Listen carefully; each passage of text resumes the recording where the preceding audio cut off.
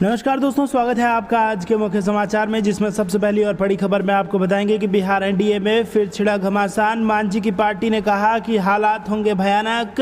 दूसरी बड़ी खबर में जिक्र होगा कि कोरोना से होने वाली मौतों के आंकड़े पर घमासान। पप्पू यादव ने पूछा कि बिहार में मौत घोटाला कौन कर रहा है। और तीसरी बड़ी खबर में आपको बताएंगे कि सत्तारूढ़ भाजपा अपने ही गढ़ में घिर गई है।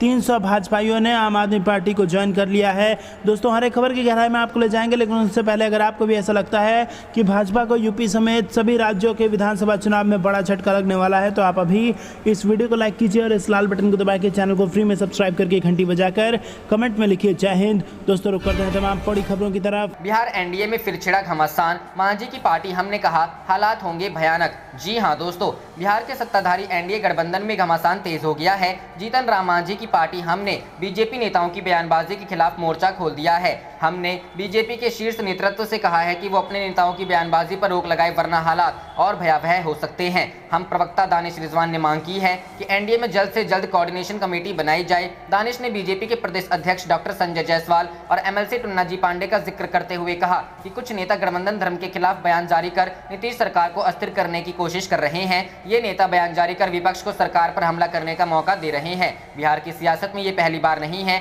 जब जीतन राम मांझी की पार्टी ने कोऑर्डिनेशन कमेटी की मांग की है। इससे पहले जब हम महागठबंधन का हिस्सा हुआ करता था तो 2020 विधानसभा चुनाव में पार्टी ने आरजेडी से सीट बंटवारे को लेकर कोऑर्डिनेशन कमेटी की मांग की थी, लेकिन तब तेजस्वी ने मांझी की बात को तरजीह नहीं दी थी। इसके बाद मांझी ने महागठबंधन छोड़ एनडीए का दामन थाम लिया था। ताजा सीट समीकरण की बात करें तो बिहार में एनडीए 125 सीटों पर काबिज है और बहुमत के लिए 122 सीटों की जरूरत होती है। इन 125 मांझी की पार्टी 4 और वीआईपी की 4 सीटें हैं। रुख करते हैं अगली खबर की तरफ। कोरोना से होने वाली मौतों के आंकड़ों पर घमासान। पप्पू यादव ने पूछा बिहार में मौत घोटाला कौन कर रहा है। जी हां दोस्तों, बिहार में कोरोना से मरीजों की मौत के आंकड़ों में आए बदलाव के बाद स्वास्थ्य विभाग सवालों के घेरे में आ गया है। पहले विभाग ने कहा था कि 5458 लोग मरे हैं, लेकिन स्वास्थ्य विभाग के प्रधान सचिव प्रत्यय अमृत के बयान से मरने वालों की संख्या बढ़कर 9429 हो गई। कोरोना से मरने वाले लोगों के नए आंकड़ों के साथ न सिर्फ स्वास्थ्य विभाग सवालों के घेरे में है, बल्कि विपक्ष ने नीतीश सरकार पर निशाना साधना शुरू कर दिया है।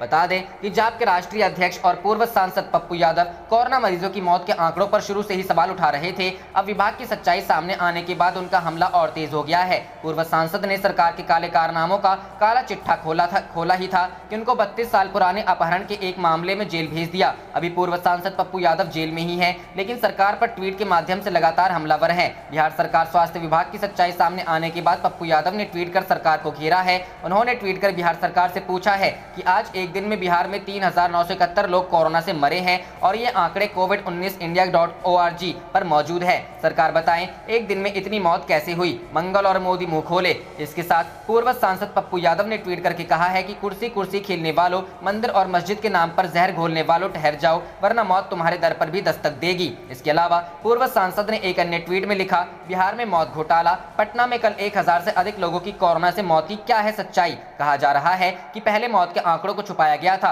अब उन्हें जारी किया गया है। आखिर यह खेल किसका है। स्वास्थ्य विभाग में मौत के आंकड़ों का घोटाला कौन कर रहा। रुख करते हैं अगली खबर की तरफ। सत्तारूढ़ भाजपा अपने ही गढ़ में घिरी। 300 भाजपाइयों ने आप ज्वाइन की, सिलसिला जारी। जी हां दोस्तों, गुजरात के नगर निगम व नगर पंचायत के चुनावों में पहली बार हिस्सा लेकर जीत दर्ज करने वाली आम आदमी पार्टी के हौसले बुलंद हैं। आम आदमी पार्टी अब यहां सत्तारूढ़ भाजपा पर भारी पड़ रही है। गुजरात भाजपा का गढ़ रहा है और कांग्रेस, एनसीपी समेत अन्य सभी दल उसे हरा नहीं पाए, मगर महानगर पालिका चुनाव में पहली बार 27 सीटें जीतने वाली आम आदमी पार्टी ने भाजपा के पसीने छुड़ा दिए हैं। आम आदमी पार्टी का प्रदर्शन चुनावों तक ही सीमित नहीं है, बल्कि वो भाजपा के कार्यकर्ताओं को भी खूब आकर्षित कर रही है। पिछले कुछ दिनों में सैकड़ों भाजपाइयों ने कमल को छोड़कर हाथ में झाड़ू थाम लिया है। झाड़ू आम आदमी पार्टी का सिंबल है। आम आदमी पार्टी के प्रदेश प्रवक्ता योगेश जादवानी का कहना है कि भाजपा ने गंदी राजनीति की और उसके कार्यकर्ता अब हमारी स्वच्छ राजनीति से प्रभावित होकर हमसे जुड़ रहे हैं। उन्होंने दावा किया कि 2 दिनों में 200 से ज्यादा भाजपाई आम आदमी पार्टी में आए। हफ्ते भर में लगभग 300 भाजपा कार्यकर्ता आम आदमी पार्टी का दामन थाम चुके हैं। जादवानी ने कहा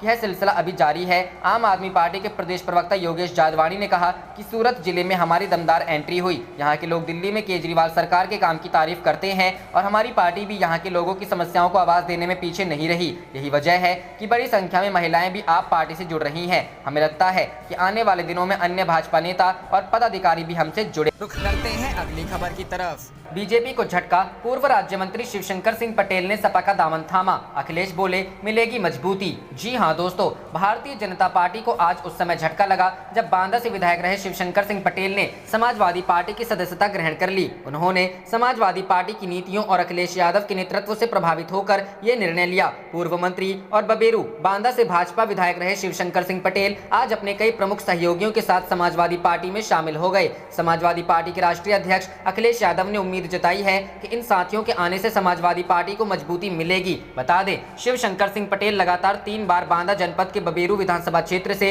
विधायक रहे और उत्तर प्रदेश सरकार में सिंचाई एवं लोक निर्माण राज्य मंत्री भी रहे थे। आज शिवशंकर सिंह पटेल के साथ उनकी पत्नी कृष्णा पटेल, पूर्व अध्यक्ष जिला पंचायत बांदा तथा भतीजे पूर्व ब्लॉक प्रमुख राजेंद्र सिंह ने भी समाजवादी पार्टी की सदस्यता ग्रहण की। इनके अतिरिक्त जिला पंचायत बांदा के सदस्य अशरफ उल अमीन भी समाजवादी पार्टी में शामिल हो गए हैं। इस अवसर पर सपा जिलाध्यक्ष बांदा विजय करण यादव और भरत सिंह पूर्व सदस्य जिला पंचायत बांदा भी उपस्थित रहे। वहीं दूसरी तरफ बीजेपी पर हमला बोलते हुए समाजवादी पार्टी के राष्ट्रीय अध्यक्ष अखिलेश यादव ने कहा है कि भाजपा के 4 साल किसानों के लिए विनाशकारी साबित हुए हैं। 3 काले कृषि कानून लाकर किसानों को बड़े पूंजी घरानों को आश्रित बना दिया है। न किसान को फसल का दाम मिल रहा है और न ही उससे किए गए वादे पूरे हो रहे हैं। पिछले दिनों हुई बरसात में हजारों टन गेहूं क्रय केंद्रों में खुले में पड़े रहने से बर्बाद हो गया। किसानों को बहाने बनाकर परेशान किया जा रहा। रुख करते हैं अगली खबर की तरफ। मुजफ्फरपुर पहुंचे तेज प्रताप का नीतीश पर सीधा हमला। कहा ऐसे हाल में तो सरकार को इस्तीफा दे देना चाहिए। जी हां दोस्तों, पूर्व स्वास्थ्य मंत्री और लालू प्रसाद यादव के बड़े बेटे तेज प्रताप यादव अचानक मुजफ्फरपुर पहुंच गए। इसके बाद वो